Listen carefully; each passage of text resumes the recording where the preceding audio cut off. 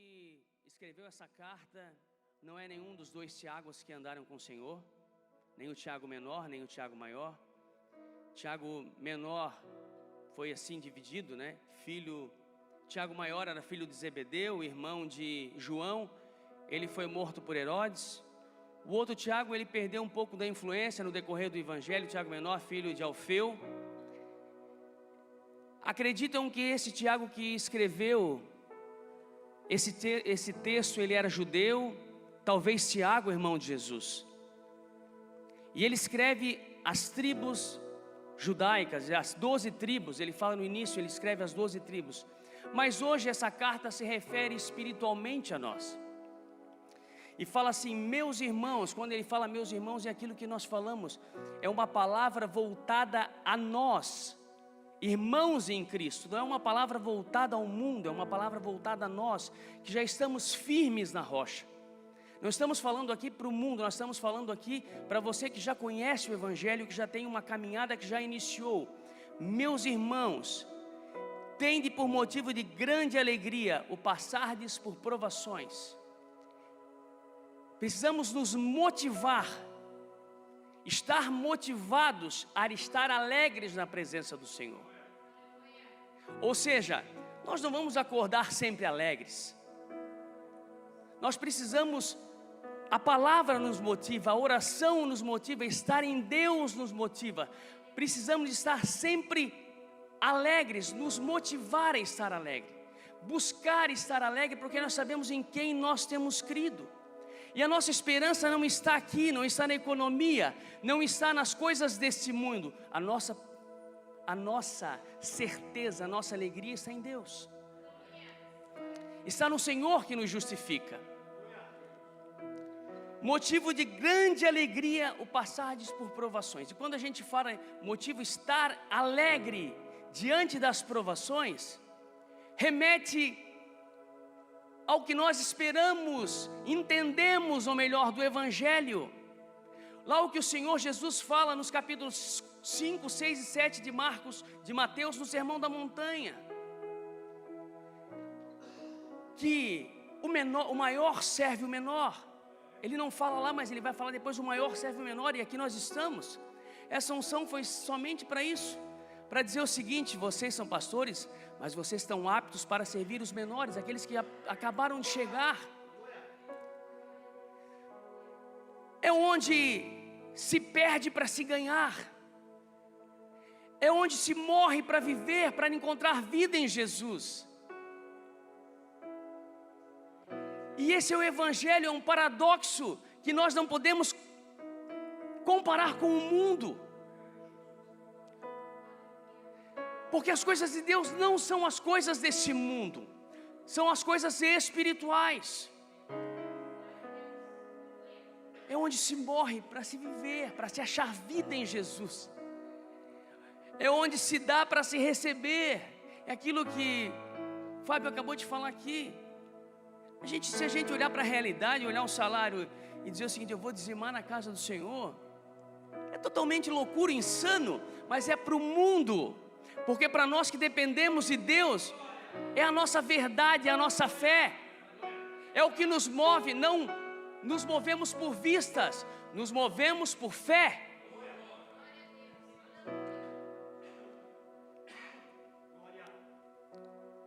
Ficar alegre em passar por provações. Provações, tribulações. Tribulação é a palavra do crente, né? Tribulação é o vocabulário cristão, vocabulário crentez é tribulação. A gente não ouve tribulação no mundo, né? A gente ouve tribulação dentro da igreja. Estou passando por uma tribulação, estou passando por uma prova. Mas é a mesma coisa, passardes por provações, tribulações. Mas uma coisa é fato, nós vamos o quê? Passar. Porque maior é o que está conosco do que aquele que está no mundo. Nós vamos passar. É casual, é momentâneo, é algo que vai fortalecer a nossa fé.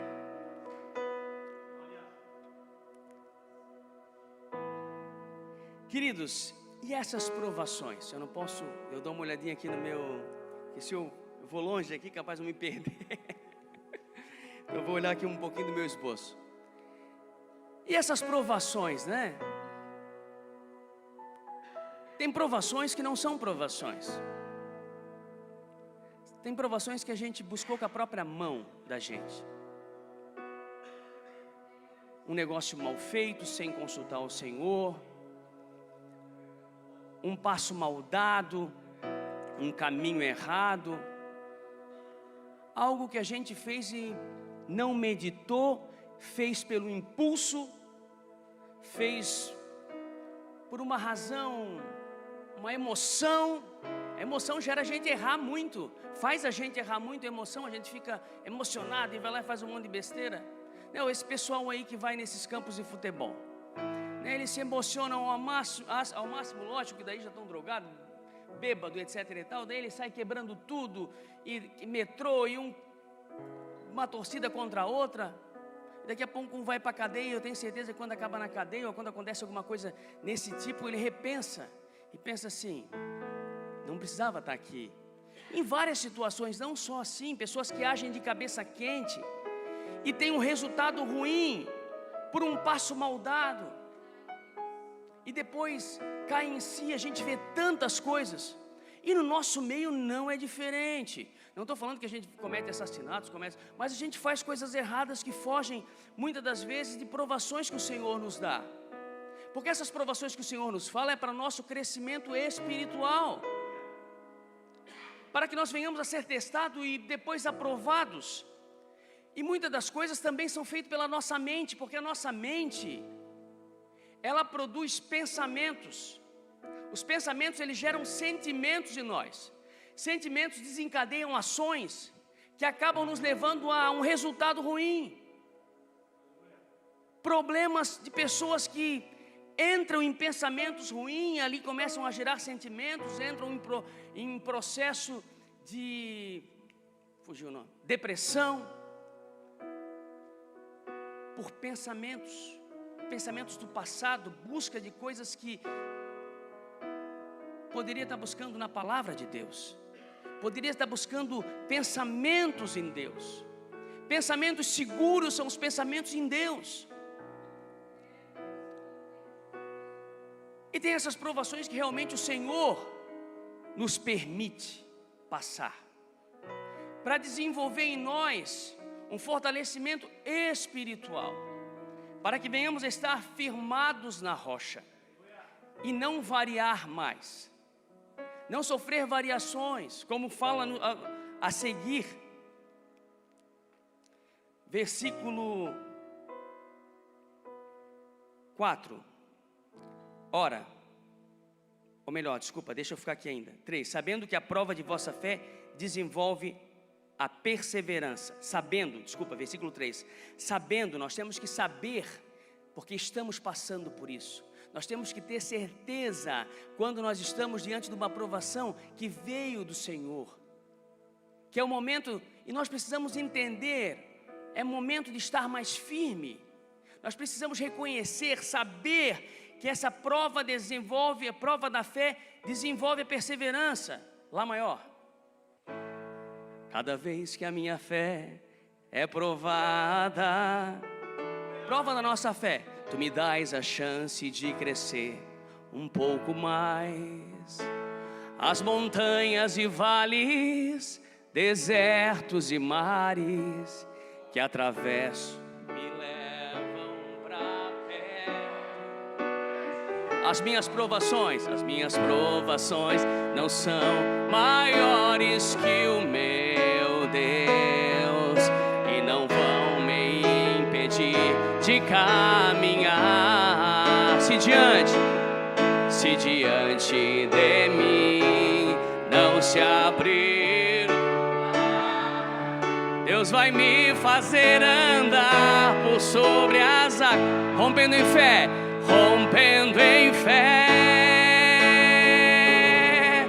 Minha vida se revestirá do seu poder, rompendo em fé. Com ousadia vou mover,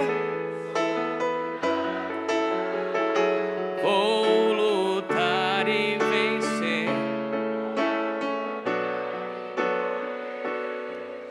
cada dia vou viver. Amém? Até eu me perdi aqui na empolgação, me perdi Mas a música cabe certinho, né? Aqui, ó, rompendo em fé, mas beleza. Alessandro, então, sabendo que a prova da vossa fé desenvolve a perseverança. Não estava no script. Já perdi o fio da meada. Romanos 5 diz assim: sendo, pois, justificado pela fé, temos paz com Deus. Justificação pela fé. Somos justificados agora pela fé em Cristo Jesus. Temos paz com Deus por meio de Jesus Cristo. Romanos 5 é sensacional, tem que ler Romanos 5. Nós vivíamos em turbulência com Deus. Vivíamos em turbulência com Deus. Desde que o homem peca, ele vive em turbulência com Deus até a chegada de Jesus. A partir dele agora nós temos paz. Quando chega Jesus pela fé, nós temos paz com Deus por meio de Jesus Cristo.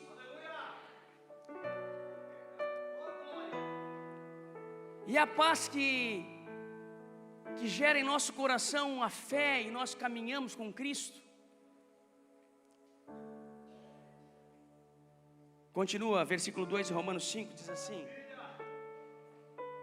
mediante quem obtivemos acesso pela fé a esta graça na qual estamos firmes e nos gloriamos na esperança da glória de Deus, sabendo que a tribulação produz perseverança, a perseverança experiência, a experiência esperança. Ora, a esperança não traz confusão, porque o amor de Deus está derramado em nosso coração pelo Espírito Santo que nos foi dado. Então é um caminho a tribulação para desenvolver em nós perseverança. Ou seja, quem persevera não desiste. E quem não desiste ganha experiência. Na nossa vida também é assim. Se a gente não perseverar muitas das vezes em um caminho que a gente trilha, nós não vamos ver frutos. Por exemplo, eu começo a trabalhar hoje e amanhã depois eu saio do meu emprego, vou procuro outro, fico um mês e saio, e assim eu fico pulando em galho. Eu não cresço profissionalmente em nada. Logo, eu não persevero e eu não ganho experiência em nada, ou melhor. Mas no caminhar com Cristo, isso desenvolve em nós uma coisa chamada esperança lá no final. E essa esperança não nos traz confusão em nada, porque gera em nós uma certeza, porque nós vamos nos gloriar em Deus. Nós temos a esperança de nos gloriarmos em Deus. Chegaremos lá diante de Deus um dia, teremos um fortalecimento da nossa fé, que fará nós caminharmos na rocha firme que é Jesus.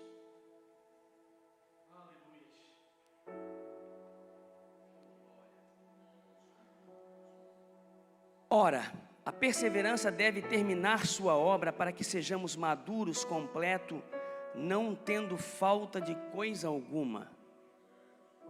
Perseverar em Cristo é isso aí. É um continuar para que venhamos a estar experientes,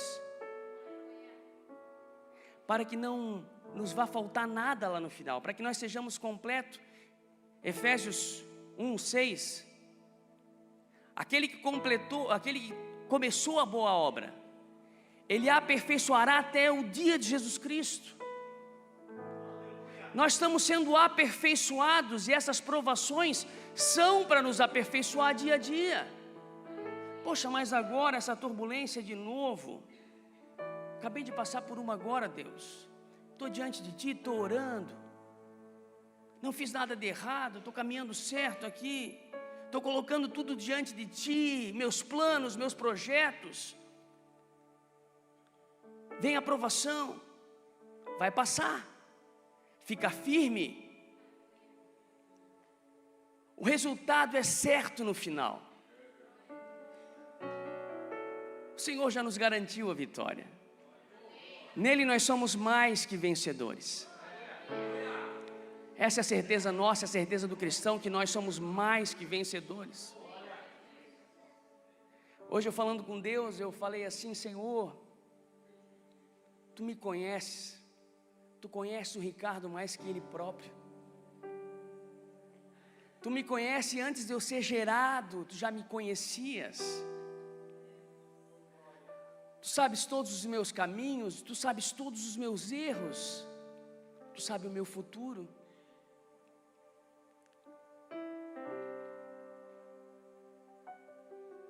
E eu só pedi para que eu continuasse firme na caminhada. Nós precisamos estar firmes na caminhada. Só voltando aqui em Romanos 5, falando.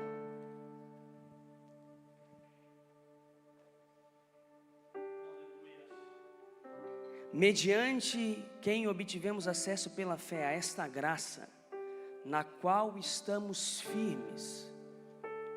Estamos firmes nessa graça. Nós precisamos saber que não nos falta mais nada.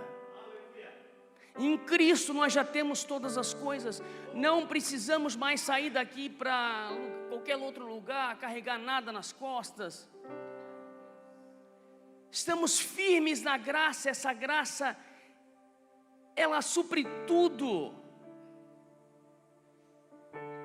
Ela foi nos dada como um presente por meio de Jesus. Ela nos supre em tudo.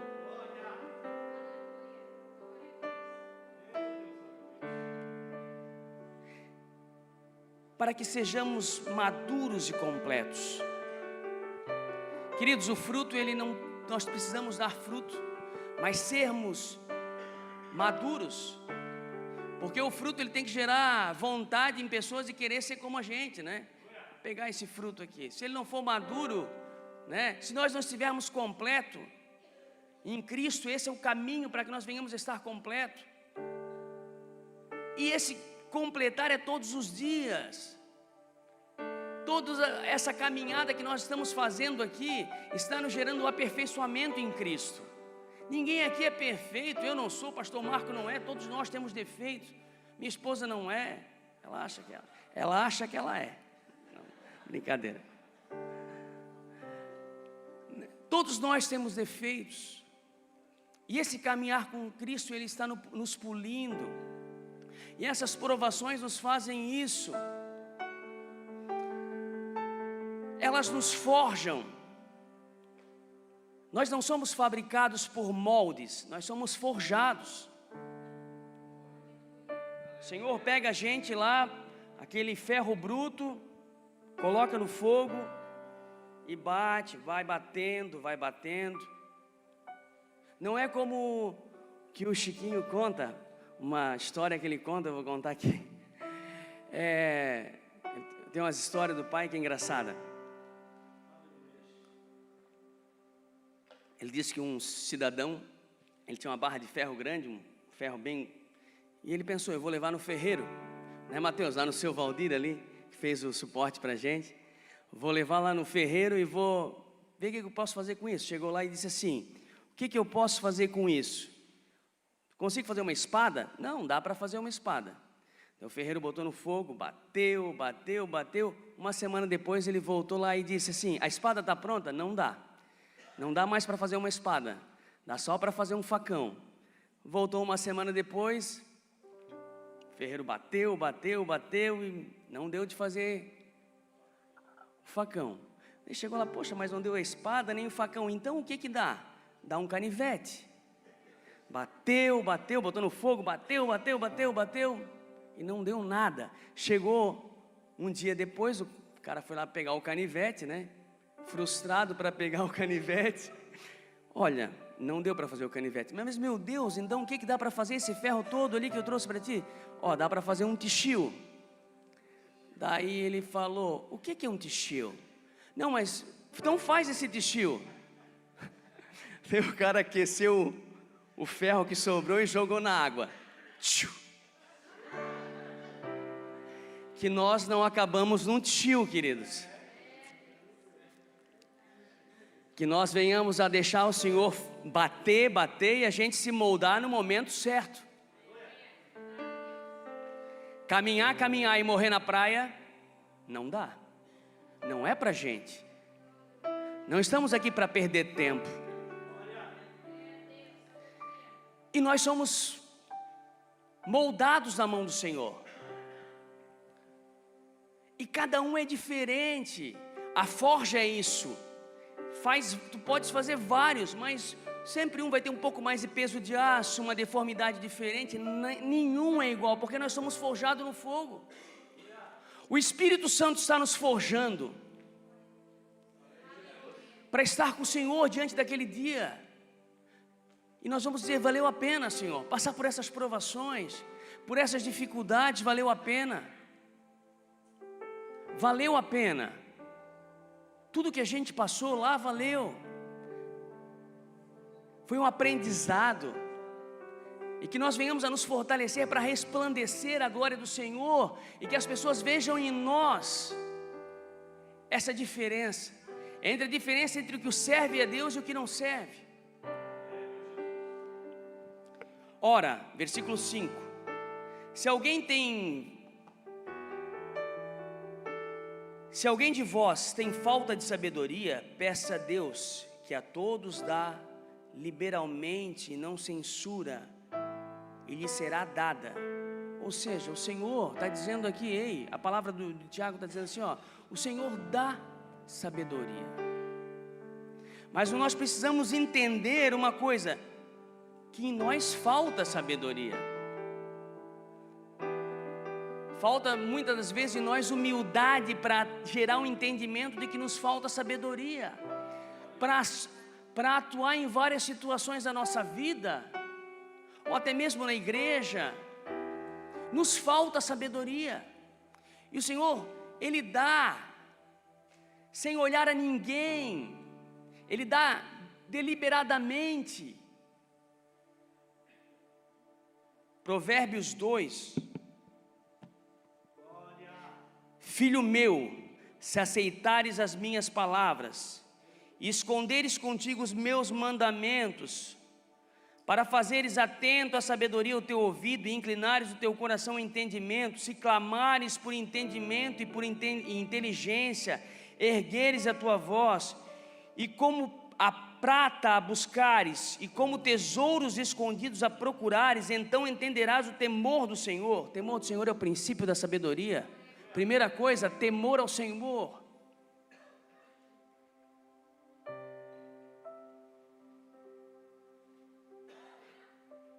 Porque o Senhor dá sabedoria, da sua boca vem o conhecimento e o entendimento. Ele reserva a verdadeira sabedoria para os retos. Escudo é para os que caminham na sinceridade, pois guarda as veredas do justo e protege o caminho dos seus santos. Então entenderás a justiça, o juízo, a equidade e todas as boas veredas, porque a sabedoria entrará no teu coração e o conhecimento será suave à tua alma. O bom siso te guardará e a inteligência te protegerá.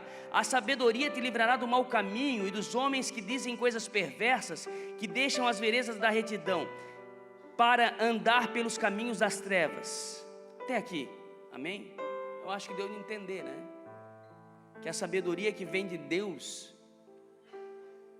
ela nos faz andar em outro nível. Nós precisamos dessa sabedoria. É só a gente ler e entender como foi o reinado de Salomão. Segundo a Bíblia, o homem mais sábio se perdeu na caminhada, se perdeu. Mas ele pediu a Deus sabedoria. E o Senhor está apto a nos dar. Mas entendendo que o princípio, o temor ao Senhor é o princípio da sabedoria.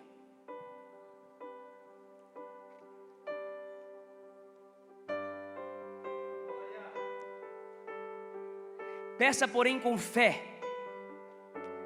não duvidando, porque aquele que duvida é semelhante à onda do mar, impelida e agitada pelo vento.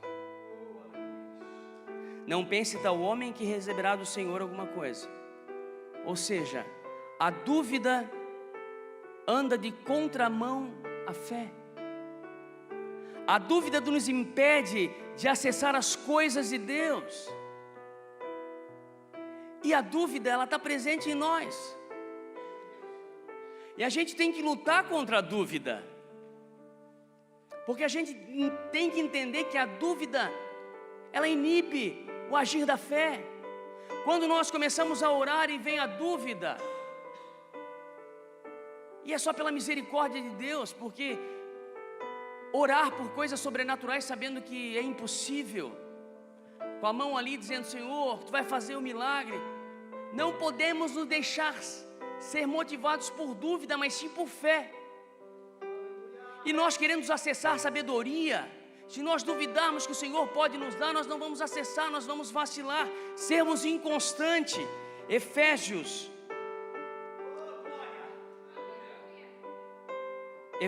4,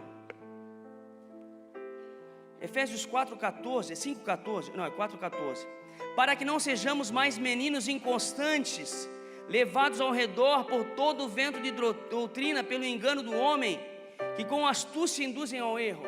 Além disso tem isso, além daquilo que eu falei tem isso. As coisas que estão aí, para dizer o seguinte: não, vocês estão errados, não é assim. Gerando dúvida em nosso coração a respeito da fé que nós temos certeza. Porque se nós tivermos dúvidas, queridos, nós não vamos passar por tribulação, não vamos caminhar firme na rocha, nós vamos ser inconstantes. E quem é inconstante, é como eu falei, não chega a lugar nenhum. A própria palavra está falando, é como o mar, ele é agitado pelo vento, e o vento ninguém vê. Pensamentos das pessoas são lançados, o inimigo lança coisas na nossa cabeça que às vezes a gente nem vê. Para o que? Gerar turbulência, dúvida. E as ondas são assim, bate o vento, a gente não está vendo, vai gerando onda. E quanto mais forte o vento, maiores são as ondas. E quanto mais forte nós deixarmos ser soprados por ventos, por essas coisas que o mundo nos joga nos nossos ouvidos, a tendência é que nós sejamos toda a vida turbulentos e não firmes. A palavra é um pouco dura, mas eu quero dizer que isso vai nos gerar fé, para que nós sejamos constantes e sabedores de quem nós temos crido. E que tudo aquilo que talvez você esteja passando, você vai passar brincando, porque você vai sentir a presença de Deus contigo. E essa presença que não nos pode faltar no momento de tribulação.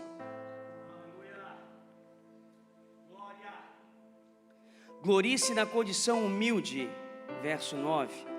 Glorie-se, irmão, na condição humilde quando estiver em alta posição. É aquele ditado, né?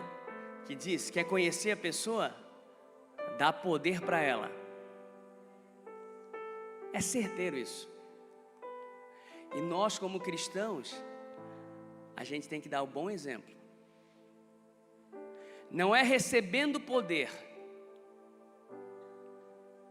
que pode mudar a nossa essência. Se tu recebeu o poder, é porque o Senhor te deu. É para te usar, para mostrar a tua glória lá onde tu trabalha. É para eles dizer: meu Deus, ele foi promovido, ele é uma pessoa diferente, ele é calmo, ele é tranquilo, ele é diferente. Nós não podemos nos mudar, porque é fato, né? Tem as coisas, porque tudo que o homem plantar, ele vai colher, né? Aquele negócio de que tu podes, quando estiver subindo, tu não olha para mim que eu vou te encontrar quando estiver descendo. Tem um ditado assim, que daí a gente já fica meio assim. E é verdade. Porque o mundo ele é assim, é inconstante. As coisas de Deus não. Quando o Senhor dá, Ele dá. Quando o Senhor dá, Ele nos dá com certeza. Não é como o mundo, que tu recebe hoje, tu perde amanhã, e é uma coisa inconstante. Quando o Senhor te dá, Ele te dá, mas seja prudente. A hora que tu receber, glorifique o Senhor, exalte o nome dEle, porque se Ele te deu, Ele vai te dar mais ainda. Porque nós somos filhos, nós somos herdeiros. Lógico que o nosso maior tesouro está lá com Ele, mas nós vamos viver o melhor dessa terra, eu creio assim. O rico, porém, glorie-se na sua insignificância, porque ele passará como a flor da erva, pois o sol sai como ardente calor e faz secar a erva, e sua flor cai e sua formosura perece, assim murchará também o rico em seus caminhos. Querido, as coisas desse mundo passam muito rápido. Tem acesso a uma pessoa que tem bastante condição financeira e bastante dinheiro, e digamos no auge da vida dele, quando ele poderia desfrutar daquilo tudo que ele recebeu, daquilo tudo que ele conquistou, e é muito, ele está doente.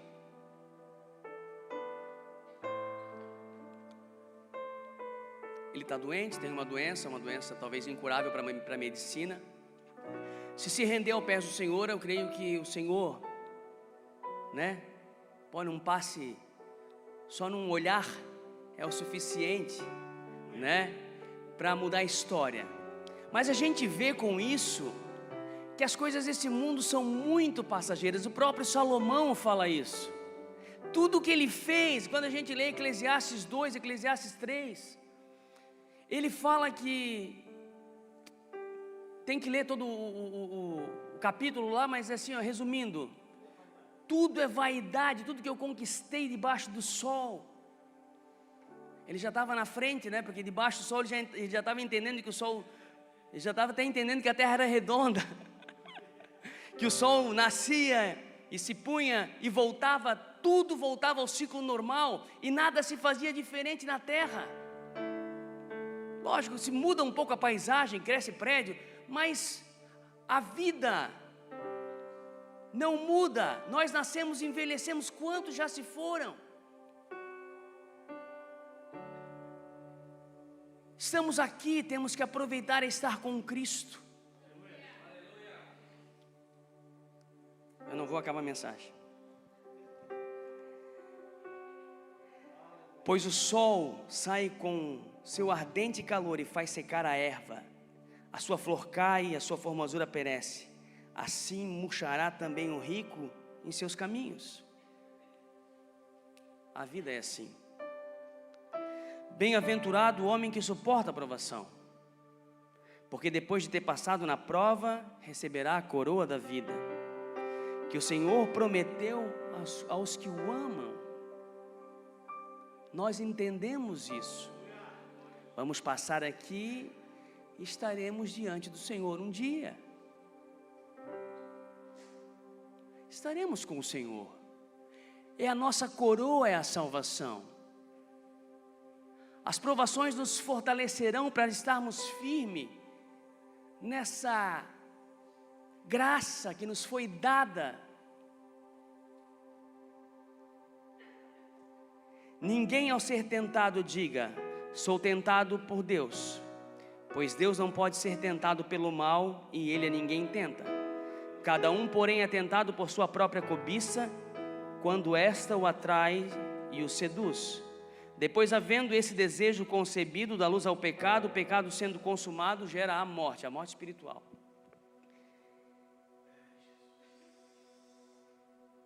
Mateus 5:29 fala que se o teu olho direito te fizer pecar, arranca-o. Se teu olho direito te fizer pecar, arranca ele. Mais vale chegar diante da presença de Deus sem um olho do que ter o corpo todo queimado, em resumo. Ou seja, A Bíblia fala que os nossos olhos também, em Mateus 6, 22, 23, são a candeia do nosso corpo, são a luz do nosso corpo. Ou seja, a tentação vem pelo nosso olhar, pela nossa cobiça do nosso olhar. Os nossos olhos, então, tentação não é provação. Tentação é aquilo que está aos nossos olhos e nos seduzem e nos fazem pecar. A provação, quando é de Deus, ela é para o quê? Nos fortalecer, diferente da tentação. Para acabar, meu Deus, Josué 7 fala do pecado de Acã. O povo tinha entrado em Jericó, já tinha entrado na terra prometida. Eu quero finalizar. O povo tinha entrado na terra prometida. As muralhas de Jericó caíram, o milagre aconteceu. Josué tinha certeza de que Deus estava com ele. Quando nós caminhamos, vemos as muralhas caírem ao nosso redor, nós entendemos que o Senhor está conosco. Agora eu vou. E começamos a caminhar com fé, porque Deus está conosco. Mas num dado momento, tinha uma cidadezinha lá para conquistar. Ai, o nome da cidade. Ai, eu acho que é Ai. E ele mandou uns espias lá, eles voltaram, coisinha, ela é baba. Manda só uns 2, 3 mil soldados lá que nós vamos conquistar.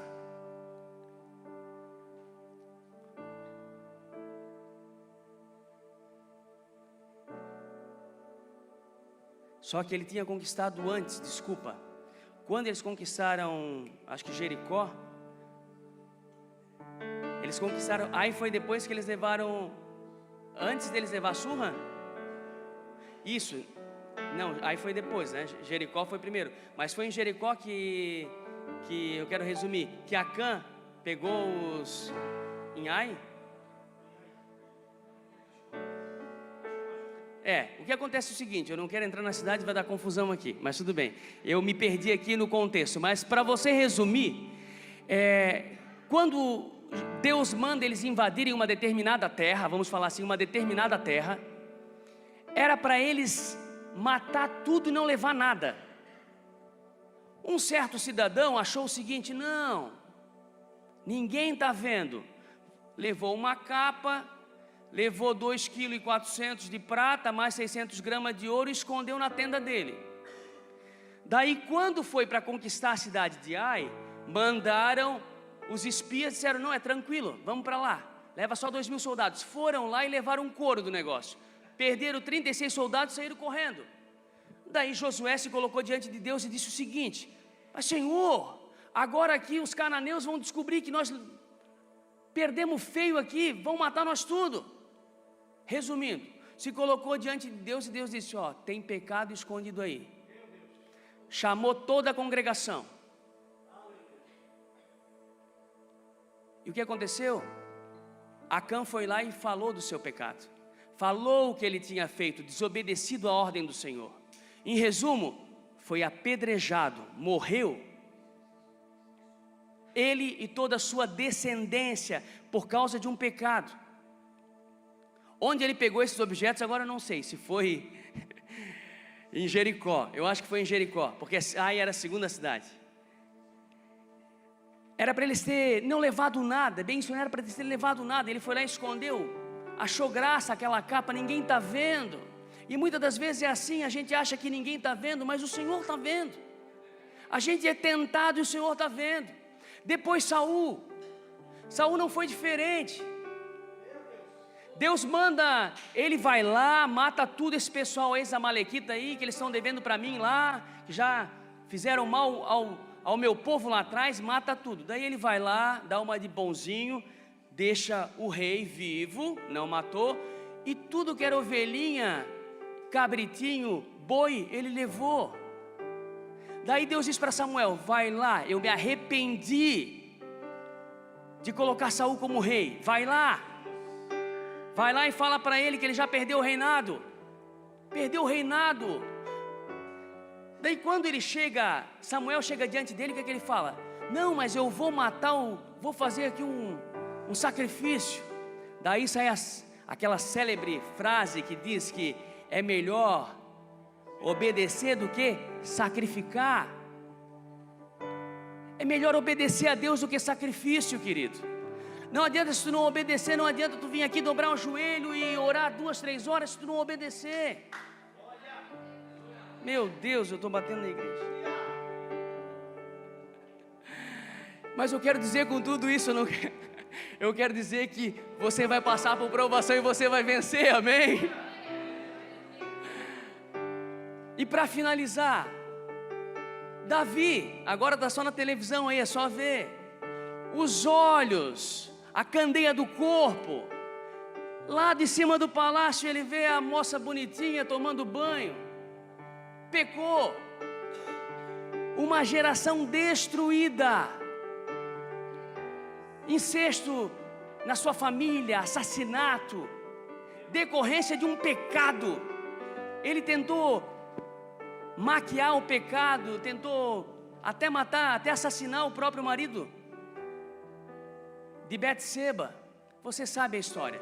Se você não sabe, não vou fazer propaganda, mas assista a Record. Está passando Reis. Então, queridos,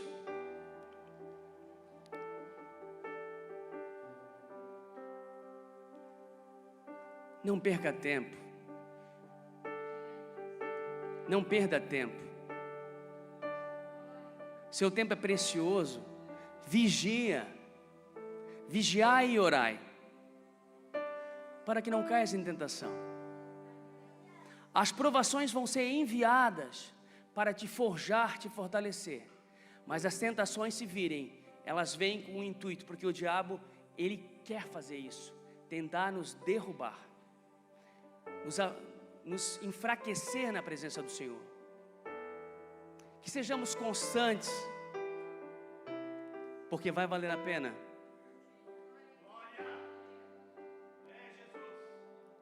Não vos enganei, meus amados irmãos. Toda boa dádiva e todo dom perfeito é lá do alto, descendo do Pai das luzes, em que não há mudança nem sombra de variação. Segundo a sua vontade, Ele nos gerou pela palavra da verdade, para que fôssemos como os primeiros frutos do que Ele criou.